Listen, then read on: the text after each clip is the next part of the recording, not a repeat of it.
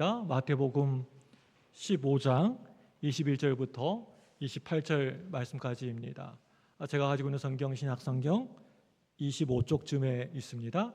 마태복음 15장 21절에서 28절 말씀입니다. 되셨으면 우리 서로 한 절씩 교독하도록 하겠습니다. 제가 21절 먼저 읽겠습니다. 여호와께서 거기서 나가사 두로와 시돈 지방으로 들어가시니 그 지경에서 나와서 일러 이르되 주 다윗의 자손이여 나를 불쌍히 여기소서 내 딸이 흉악하게 귀신 들렸나이다 하되 예수는 한 말씀도 대답하지 아니하시니 제자들이 와서 청하여 말하되 그 여자가 우리 뒤에서 소리를 지르오니 그를 보내소서. 예수께서 대답하여 이르시되 나는 이스라엘 집에 잃어버린 양 외에는 다른 데로 보내심을 받지 아니하였노라 하시니 여자가 와서 예수께 절하며 이르되 주여 저를 도우소서. 대답하여 이르시되 자녀의 떡을 취하여 그들에게 던짐이 마땅하지 아니하리라. 여자가 이르되 주여 올소이다마는 개들도 제 주인의 상에서 떨어지는 부스러기를 먹나이다 하니 이에 예수께서 대답하여 이르시되 여자여 내 믿음이 크도다 내 소원대로 되리라 하시니 그때로부터 그의 딸이 나으니라. 아멘. 한 주간 동안 잘 지내셨습니까? 저는 여러분의 기도로 한 주간 동안 잘 지내고 이 시간에 이렇게 설교하러 섰습니다. 옆에 분 바라보시고 눈을 바라보시기 바랍니다. 천장이나 땅바닥 바라보지 마시고 그 사람의 눈을 바라보시고 하겠습니다. 참 잘 나오셨습니다.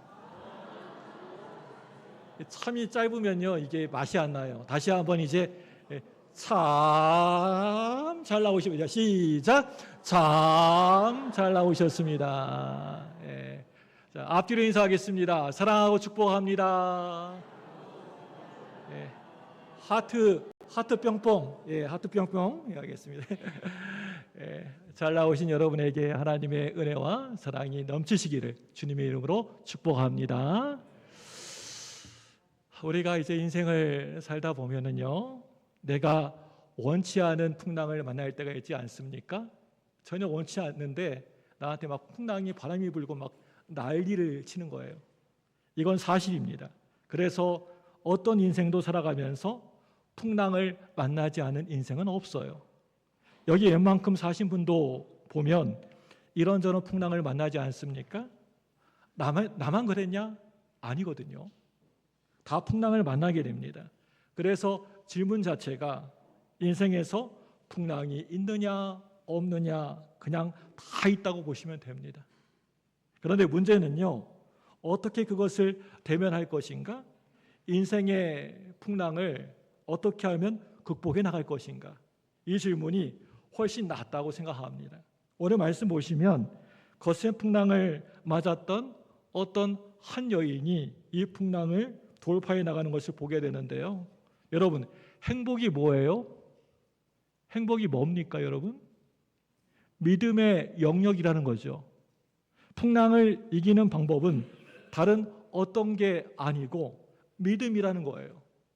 믿음에 도전이 있다. 믿음 가지고 나아가야 한다라는 것입니다. 여러분, 다들 렘브란트 잘 아시죠? 네덜란드 화가. 아시죠? 렘브란트. 무슨 소리요? 하신 분도 계시는데. 자, 한번 그림 한번 보여주시게요? 자, 계속 이제 제가 이렇게 내리라고 할 때까지 계속 이렇게 보여주세요. 네. 자, 그 그림을 여러 점, 제가 알기로는 5점인가 이렇게 들고 왔는데, 보스턴에 있는 가드너 미술관이라고 거기에 전시했는데 도둑 맞았어요. 1990년도예요. 그걸 90년도에 도둑 맞았으니까 지금 35년쯤 되었을까요? 아직도 못 찾았습니다.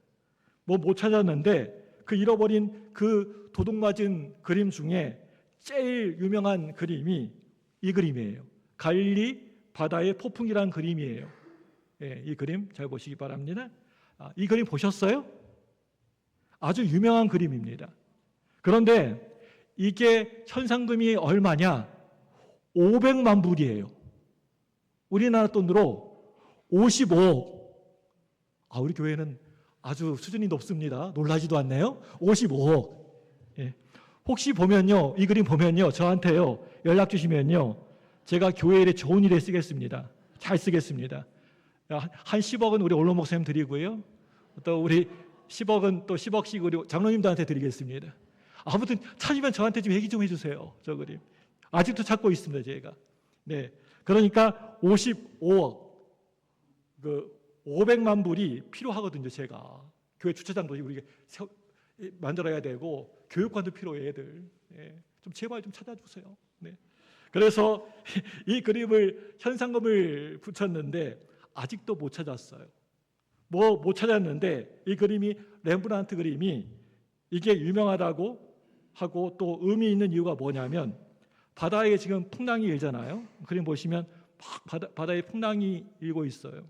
바람이 불고 제자들이 있는데 너무 어두워서 잘 안 보이는데요. 이렇게 풍랑 위쪽에 보면요, 이제 풍랑과 싸우는 제자들이 있고요. 또 배 아래쪽에 보면요, 예수님께 다가오는 제자들이 있어요. 눈을 크게 뜨고 보셔야 돼요. 예, 눈 작으신 분들 크게 뜨세요. 예, 두 파트가 있어요. 이 그림이 두 파트로 나눠져 있어요. 그런데 제자들 숫자를 세어보니까 총 몇 명이에요? 예수님 빼놓고 13명이에요. 그래서 많은 사람들이 이상하다 그랬어요. 예수님까지 합해가지고요 14명이니까요. 이게 어떻게 된 거냐? 제자들은 12명 아니냐? 베드로, 안드레, 요한 해가지고 가룟 유다까지 합해가지고 12명 아니냐? 그런데 렘브란트가 이제 스스로 설명한 거예요. 일부러 13명이라고. 그 중에 한 명이 하나가 자기라고. 이제 이유를 아시겠죠? 12명의 제자들이 있고 풍랑을 맞은 사람 가운데 나도 포함된다고. 이 시간 말씀을 듣고 있는 저와 여러분들도 포함된다, 이렇게 생각하는 게 맞다고 생각합니다. 인생을 살아갈 때가 풍랑이 없는 인생이 없다는 거예요. 늘 풍랑의 연속이에요. 그런데 이 그림을 보시면 반 정도는요 풍랑하고 싸우고 있고요, 그 밑에 있는 아래쪽 보면 반 정도는 뭐 하고 있어요? 예수님과 함께 얘기하고 있어요. 위쪽과 아래쪽이 분위기가 완전 달라요. 그러면서 하는 얘기가, 예수님께 나와서 얘기하는 사람 중에 자기도 있다. 참 교만하죠. 그런데 그린 사람 마음이겠죠. 여러분, 이 두 파트 중에 우린 어떤 인생이 되어야 할까요? 막 세상 풍랑에 막 시달려가지고 위쪽에 있는 그런 사람이 되어야 되겠습니까? 아니면 그런 가운데에서도, 풍랑 가운데서도 예수님과 함께하는 그런 인생이 되어야 되겠습니까? 여러분, 어떤 인생 되고 싶어요? 풍랑과 싸우고 싶으세요? 예수님과 있으면 풍랑이 해결됩니다. 풍랑이 일 때 예수님께 찾아가야 하는 인생이 되어야 할 줄로 믿습니다. 예, 그림 내려주세요. 감사합니다. 예, 이게 절대 믿음입니다. 여러분, 절대 믿음이 그게 무엇입니까? 힘들다고 그냥 포기해 버리는 것이, 그런 것이 하나님을 믿지 못하는 불신앙이라면 무슨 일이 있어도, 뭔 일이 있어도 포기하지 않고 끝까지 붙잡고 매달리는 것은요, 그것은 절대 믿음입니다. 오늘 본문을 보시면 집안에 있는 어떤 한 어린 딸 아이가 귀신에 들려서 몹시도 고생하고 있었어요. 그런데 이 문제를 가지고 예수님께로 나아가서 끈질기게 기도해서, 여인아, 네 믿음이 정말 크구나. 네 소원대로 될지어다. 이와 같이 큰 응답을 받게 된다라는 내용이 오늘 본문 내용의 말씀이에요. 오늘 우리는요, 절대 믿음이라는 제목으로 이 여인의 신앙을 함께 같이 배워보고자 합니다. 예수님이 세상에 계시는 동안에 유대 땅을 떠나신 적이 꼭 한 번 있었는데, 그게 바로 오늘 본문에 나오는 두로와 시돈 지방에 가신 사건인데요. 그 당시에 이 두로와 시돈은요, 가나안 땅에 속해 있는 땅이었습니다. 그렇기 때문에 여기 본문의 주인공은 가나안 족속의 피가 흐르는 이방 여인이었습니다. 성경 주석을 보니까요, 두로 지방 사람들이 이스라엘 백성들에 대해서 좀 좋지 않은 감정을 가지고 있었다라고 하고 있습니다. 더군다나 시돈은요, 아방 때 바알신을, 자신이 섬기고 있는 자기 나라의 바알신을 끌고 와서 나라신으로 섬기게 했던 이세벨 왕비의 고향이기도 합니다. 어쨌든 오늘 본문 말씀은요, 이런 악조건 속에서 시작되고 있습니다. 예수님이 두로와 시돈 땅을 지나가실 때 이 지방에 살고 있던 어떤 여인 하나가 예수님의 뒤를 계속 쫓아오는 겁니다. 왜 그랬을까요? 이 여인의 딸이 귀신이 들려서 몹시도 고생하고 있었기 때문이었습니다. 꽃같이 자라야 되고 티 없이 놀아야 할 그런 어린 딸이 더럽고 추한 병에 걸려서 시달릴 때마다 그 어머니의 마음은요, 아마 찢어질 듯이 무너져 내렸을 것입니다. 그렇기 때문에 이 아이의 어머니는요, 이리저리 다니면서 딸아이를 낳을 수 있는 길을 힘써 찾아보았습니다. 그런 중에 어느 날 예수님에 대한 소문을 듣게 된 겁니다. 어떤 소문이었냐면, 이분만 만나게 되면 귀신들이 벌벌 떨면서 도망가 버리고, 또 걷지 못한 자가 걷게 되고, 또 보지 못하는 자들이 눈을 뜨게 되고, 죽은 자가 살아나게 된다라는 소문이었습니다. 그래서 이 여인은 예수님 만날 기회를 손꼽아 기다리던 가운데 자신이 살고 있는 마을 앞을 지나가신다는 소식을 듣게 되었습니다. 결국에는 예수님의 행렬을 만나게 되었습니다. 여러분, 그렇습니다. 늘 언제나 성경을 보면 늘 언제나 예수님의 그 가시던 그 발걸음이 멈추는 그곳에는 기적이 일어났던 것을 보게 됩니다. 예수님이 지나가는 그곳엔 늘 언제나 새로운 역사가 일어났습니다. 예수님이 지나가신다. 말씀이 전해지고 선포되어진다. 성령이 임재하신다. 하나님의 영광이 오늘 우리 가운데 오신다. 이것은요, 여러분의 생애 가운데 딱 한 번뿐인 결정적인 기회일 수도 있습니다. 그런데 문제가 있는데요. 첫째로요, 너무나도 많은 사람들이 몰려 있어서 쉽게 예수님께 갈 수가 없다는 게 그게 문제였습니다. 이게 이 여인이 맞이한 첫 번째 그 믿음의 신앙의 방해였습니다. 오늘 말씀 보시면요, 이 여인이 만나는 장벽은 때론 우리 모두가 예수님을 만나고자, 예수님을 보고자 할 때 부딪히게 되는 장벽일 수가 있습니다. 그때 이 여인은 이러한 장벽 앞에서 좌절하거나 포기하지 아니하고 소리를 질렀습니다. 우리 마태복음 15장 22절 말씀 같이 보겠습니다. 우리 같이 봅니다. 시작. 가나안 여자 하나가 나와서 소리질러 이르되, 주 다윗의 자손이여, 나를 불쌍히 여겨소서. 내 딸이 흉악하게 귀신 들렸나이다 하되. 아멘. 자기 딸 아이가 귀신 들렸다는 것이, 미쳤다는 것이 그게 뭐 자랑거리도 아닐지언데 어떻게 이렇게 부르짖을 수가 있다는 말입니까? 있는 힘을 다하여서 뭐라고 합니까? 나를 불쌍히 여겨 주옵소서. 다윗의 자손이여, 나를 불쌍히 여겨 주옵소서. 그래, 주님 앞에 내 모습 그대로 내어놓으면 주님이 나를 다가오셔서 나를 만나주신다. 내 무거운 짐을, 아픈 모든 것을 들고 주님 앞에 가면 주님이 다 해결해 주신다. 이게 이 여인의 기도의 시작이었고요, 주님을 만나게 되는 출발점이었습니다. 이 여인에겐 이런 믿음이 있었던 것입니다. 그래서 내 딸이 흉악한 귀신에 들렸나이다 라고 다른 사람 바라보지 않고 있는 힘껏 소리를 질렀던 것입니다. 이렇게 훌륭한 결단이 있었다면 예수님이 그 여인의 믿음을 보시고 마땅히 두 손 들어가지고 그 여인을 영접했어야 옳았을 겁니다. 대단한 믿음이구나 하면서 이렇게 환영하고 칭찬해 줬어야 했습니다. 그런데 여러분 말씀 보시면 어떻습니까? 이에 대한 제자들의 태도는 너무나도 잔인했고, 또 예수님의 반응은 냉담하고 싸늘했습니다.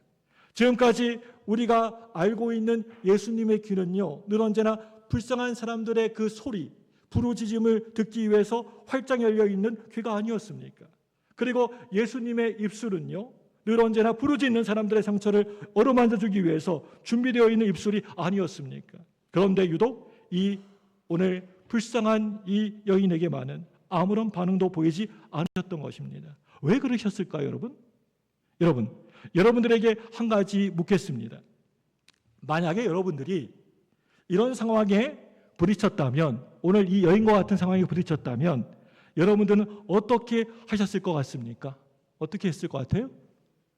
거의 대부분 많은 사람들은 이런 일을 당하게 되었을 때 나를 왜 이런 취급을 하느냐라고 하면서 기분 나쁘다고 하면서 뭐라고 하면서 돌아갔을 것입니다. 원망하고 낙심하고 돌아갔을 겁니다. 이분이 그렇게 소문으로 들었던 자비로운 그분이란 말이냐? 이분이 사랑이 많다던 하나님의 아들이란 말이냐? 하나님이 정말 살아계시다고 하다면 이럴 수가 있으시냐고 이렇게 원망하고 불평하면서 돌아설만 하지 않겠습니까? 말씀을 여러분 계속 보시면 이 불쌍한 여인의 부르짖음에 예수님은요 아무런 말씀, 한 말씀도 하지 않으시고 그냥 침묵만 하고 계셨습니다. 여러분 왜 예수님은 이렇게 침묵만 하고 계셨을까요? 저는요 이렇게 생각합니다. 예수님은 이 여인이 가진 작은 믿음의 씨앗이 자라기를 기다리고 계셨다. 그렇게 보고 있습니다. 여러분 그렇지 않을까요? 여러분 예수 믿고 신앙생활 하고 있는데 혹시 하나님의 침묵에 부딪혀 있는 분들 계십니까? 여러분들 중에? 그건요 하나님이 지금 저와 여러분들의 작은 믿음의 씨앗들이 자라기를 기다리고 계시는 겁니다. 마태복음 15장 23절 말씀 보겠습니다. 시작. 예수는 한 말씀도 대답하지 아니하시니 제자들이 와서 청하며 이 우리 소리를 지르오니 그를 보내소서. 예, 뭐라고 말씀하십니까? 예수는 한 말씀도 대답하지 아니하시니 아무 소리 안 하셨다는 거예요. 이렇게 하나님의 침묵 앞에 서 있는 저와 여러분의 태도는 무엇이었습니까? 이럴 때 우린 어떻게 해야 되는 겁니까? 아무리 소리쳐 불러도 끝없는 허공만 들려오는 이러한 암담한 상황에 우리가 부딪힌다라고 하더라도 뒤로 물러서지 않는 믿음만 나에게 있다면 예수님을 만나게 될 줄로 믿습니다. 여러분, 이 믿음이요 바로 절대 믿음입니다. 이제 둘째로요, 예수님의 이 냉담하고 싸늘한 반응은 그냥 침묵으로만 그치지 않았다는 겁니다. 이 여인은 곧바로 두 번째 장벽을 만나게 되는데요, 주님은 또다시 한번 활활 타오르는 불길에 확 하고 찬물을 끼얹어 버립니다. 마태복음 15장 24절이에요. 보겠습니다. 시작. 예수께서 대답하여 이르시되 나는 이스라엘 집에 잃어버린 양 외에는 다른 데로 보내심을 받지 아니하였노라 하시니. 너무나 냉혹하지 않습니까? 잔인하지 않습니까? 예수님의 말씀이 잃어버린 집에 잃어버린 양 외에는 나는 보냄을 받지 아니하였다. 아마 보통 이 정도쯤에서 대부분의 사람들은 그냥 안 되나 보다 하고 포기해버리고 말았을 겁니다. 그런데 첫 번째 장벽에서 그저 부르짖기만 했던 이 여인은요, 이제 두 번째 장벽에 가로막으니까 오히려 한 걸음 더 예수님께로 나아가는 것을 보게 됩니다. 우리 15장 25절 보겠습니다. 시작. 여자가 와서 예수께 절하며 이르되 주여 저를 도우소서. 예수께 절하며 이르되, 말씀을 보니까 밀어내면 밀어낼수록 더 가까이 다가와서 주님 앞에 간절히 애원하고 있습니다. 절대 믿음은요, 장벽이 나를 못 가게 가로막는다고 해서 절대 결코 그 자리에 주저앉거나 꺾여지지 않는 것입니다. 제자들의 냉대에도, 우리 예수님의 한 말씀도 안 하는 그러한 침묵에도 이 여인의 열심을 결코 꺾지는 못했습니다. 주님의 거절과 냉대에도 이 여인을 한 발자국도 뒤로 물러서게 하지 못했습니다. 마찬가지로 우리가 하나님 앞에 나아가서 기도할 때에도 이러한 열심이 반드시 꼭 필요하다는 겁니다. 조금도 뒤로 물러서지 않는 태도가요, 그게 절대 믿음이에요. 그래서 예수님이 이렇게 말씀하지 않으십니까? 구하라, 그러면 너희에게 주실 것이요. 찾으라, 그러면 찾을 것이요. 문을 두드리라, 그러면 너희에게 열릴 것이니라. 아멘! 여러분, 그렇습니다. 구하는 사람의 태도는요, 얻을 때까지, 그게 나한테 올 때까지 끝까지 포기하지 않고 낙심하지 않고 매달리는 것입니다. 끈질기게 인내하면서 매달리는 거예요. 그리고 찾는 사람의 태도는요, 그걸 찾을 때까지 끝까지 찾는 겁니다. 문을 두드리는 사람이 진정으로 응답받기를 원한다면 굳게 닫혀있는 그 문이 열려질 때까지 막 몸부림을 쳐서라도 매달리는 겁니다. 그래서 이 여인은요, 뒤로 물러서지 않고 주님 앞에 나와서 엎드려 절하면서 나를 도우소서라고 하면서 애원하지 않습니까? 이제 세 번째로요. 그런데 너무나도 불안하게도 이 여인에게만은 응답의 문은 점점 더 굳게 닫혀져 가는 듯이 보였습니다. 여러분, 세 번째 장벽을 우리가 볼까요? 우리 마태복음 15장 26절입니다. 같이 보겠습니다.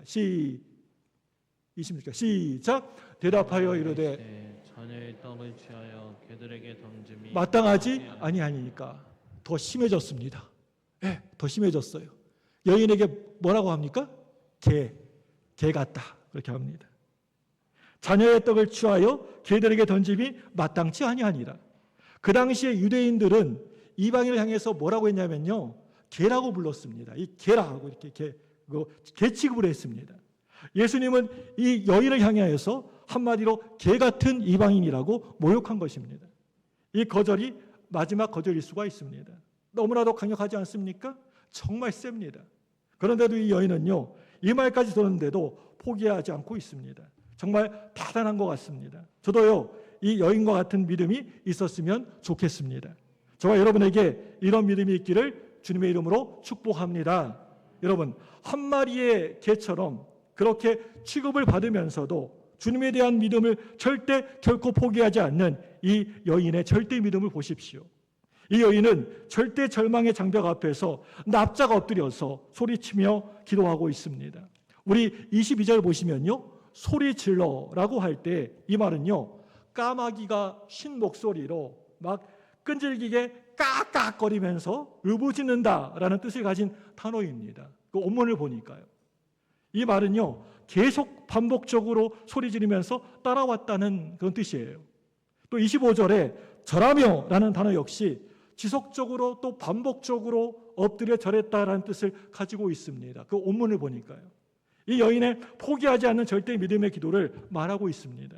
사랑하는 여러분들, 지금 저와 여러분들의 처한 환경과 상황들이 마치 막다른 골목길처럼 앞으로 갈 수도 없고 뒤로 갈 수도 없고 옆으로 갈 수도 없는 그런 막다른 골목에서 꼼짝달싹할 수 없는 사면초가에 부딪힌 분 계십니까? 앞으로 가보려고 했지만 안개가 자욱하게 끼어있는 길처럼 앞길이 전혀 보이지 않는 분들 계십니까? 매달려도 해결되지 않는 문제가 있으십니까? 한 번, 두 번, 10번 계속 두들겨도 열리지 않는 문들이 나에게 있습니까? 여러분, 그럴 때일수록 포기하지 마시고 주님 앞에 더욱더 매달리시기를 바랍니다. 진짜 조금만 가면요, 하나님의 응답이요 기다리고 있다니까요. 그 조금을 가지 못해서 우리가 실패하게 되는 것입니다. 조금만 한 발짝만 더 가면 문이 열려집니다. 진짜 한 걸음만 더 전진하면 만날 수가 있다니까요. 진짜 딱 한 번만 더 밀어보면 열릴 수 있는 문이 응답받기 바로 앞에서 터쳐버린 일들이 우리가 살아가면서 여러분 얼마나 많이 있습니까? 한 번만 더 참아보시고 하루만 더 인내해 보시고 하나님 앞에 찾아 나와서 기도해 보세요. 조금만, 한 걸음만, 한 번만, 여러분 이 구호를 외치며 살아가시기 바랍니다. 사랑하는 여러분들, 희망과 믿음을 무슨 일이 있어도 포기하지 않는 사람에게는요, 늘 언제나 새로운 기회와 응답이 찾아오게 되어 있습니다. 절대 믿음은요, 절대 응답을 가져옵니다. 여러분, 이제 다시 주님 앞에 엎드린 이 여인의 고백을 들어보십시오. 이 여인의 고백은요, 오고 오는 인생들에게 용기를 주고 힘을 주고 참으로 귀감이 될 만한 고백이었습니다. 우리 15장 27절 말씀 보겠습니다. 시작. 여자가 이르되 주여 올소이다마는 개들도 제 주인의 상에서 떨어지는 부스러기를 먹나이다 하니. 한 마리의 개로 취급받은 절대 절망의 그런 상황에서 이 여인은요, 이제 마지막 끈을 꼭 붙들고 있습니다. 첫째로요, 부스러기라도 쫓사오니. 하나님께 항변하지 않은 자기 인정을 하고 있어요. 이 여인은요, 이렇게 고백하고 있습니다. 내가 거룩한 하나님의 자녀의 위치에 올라가는 것은 아예 기대조차도 하지 않습니다. 그러나 개가 되어서라도 주님의 긍휼하심을 덧입을 수만 있다고 한다면, 주님의 부스러기라도 얻을 수만 있다면 나는 그것으로 만족하고 행복할 수 있을 것입니다. 이러한 고백을 하고 있는 것입니다. 이것은 마치 나는 아버지의 아들이라 칭함받기도 너무나도 부끄럽사오니 나를 종의 하나로 삼아 주옵소서. 돌아온 집 나간 탕자의 고백과도 같은 것이었습니다. 겸손한 사람은요, 주님 앞에서 이런 고백을 합니다. 주여 올소이다. 주여 올소이다. 를 계속 연발할 수밖에 없습니다. 주님의 말씀에 그거 아니라고 반대하거나 반박하지도 않습니다. 나는 걔가 아닙니다 라고 하지도 않습니다. 주여 올소이다. 주님 말씀 옳습니다. 나는 그것을 부정할 수 없나이다. 주님이 나를 보고 걔라고 말씀하시면 나는 걔입니다. 여러분, 이게 믿음이에요. 다른 게 믿음이 아니에요. 저보고 걔라고요? 기분 나쁘네요? 이게 아니에요. 예, 저 걔입니다 하고 인정하는 거. 이게 믿음인 것입니다. 믿음은요, 선포된 말씀을 무조건 아멘하고 긍정하는 것입니다. 절대 결코 뭐라고 따져대지 않습니다. 그 하나님 말씀이 내 경험과 내 생각과 내 자존심에 그렇게 별로 맞지가 않아도 오늘 이언이 고백했던 것처럼 주여 올소이다. 주여 올소이다. 를 계속 연발하는 것.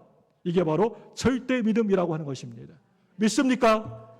나에게 용기를 주시든지 아니면 실망을 주시든지 책망하시든지 위로하시든지 응답을 주시든지 한 말씀도 안 하고 침묵하시든지 날 살리든지 죽이시든지 거두시든지 다시 돌려주시든지 높여주시든지 낮춰주시든지 주여 올소이다. 주여 옳습니다 라고 고백하는 것이 이게 절대 믿음입니다.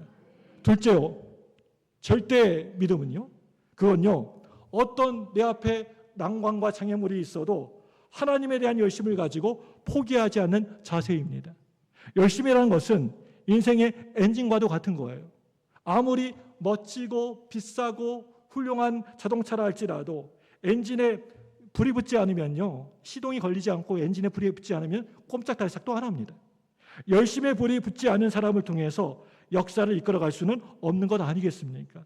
뜨겁지 않은 것이 그게 불이 아니듯이 뜨겁지 않은 기도엔 절대 거기에 불이 붙지 않습니다. 오늘 말씀의 가나안 여인에게는 이러한 열심이 있었다는 겁니다. 첫 번째 장벽, 그리고 두 번째 장벽, 세 번째 장벽에도 포기하지 아니하고 주님 앞에 그 열정을 보여드릴 때 여인아 네 믿음이 크도다. 네 소원대로 될지어다. 주님께서 말씀하셨습니다. 여기 여인아, 이 말은요, 원문에서 오 여인이요, 예수님의 감탄이 가득 사려 있는 표현입니다. 우리나라 말로는 이 여인아 그러면 아주 좀 버릇없어 보이죠. 그런데 원문을 보니까 굉장히 존경하는 말입니다. 여인의 절대 믿음, 어떤 청벽에도 어떤 거절에도 어떤 냉대에도 어떤 무시에도 뒤로 물러서지 않고 하나님께 매달릴 줄 아는 이 여인의 절대 믿음을 보시고 예수님께서는 아 놀랍도다 여인이여 라고 감탄하고 계시는 겁니다. 그리고 너의 믿음이 크도다 라고 말씀하고 계시는 겁니다. 여인아 너의 절대 믿음은 참으로 크도다. 너의 믿음은 정말 놀랍도다. 너의 소원대로 뜻대로 될지어다. 할렐루야. 너의 기도대로 응답 받을지어다. 할렐루야. 지금은 우리들이 살아가면서 절대 믿음, 하나님이 인정하시는 큰 믿음이 정말 많이 필요한 때입니다. 우리 이 시간에 두 손을 번쩍 드시고 저를 한번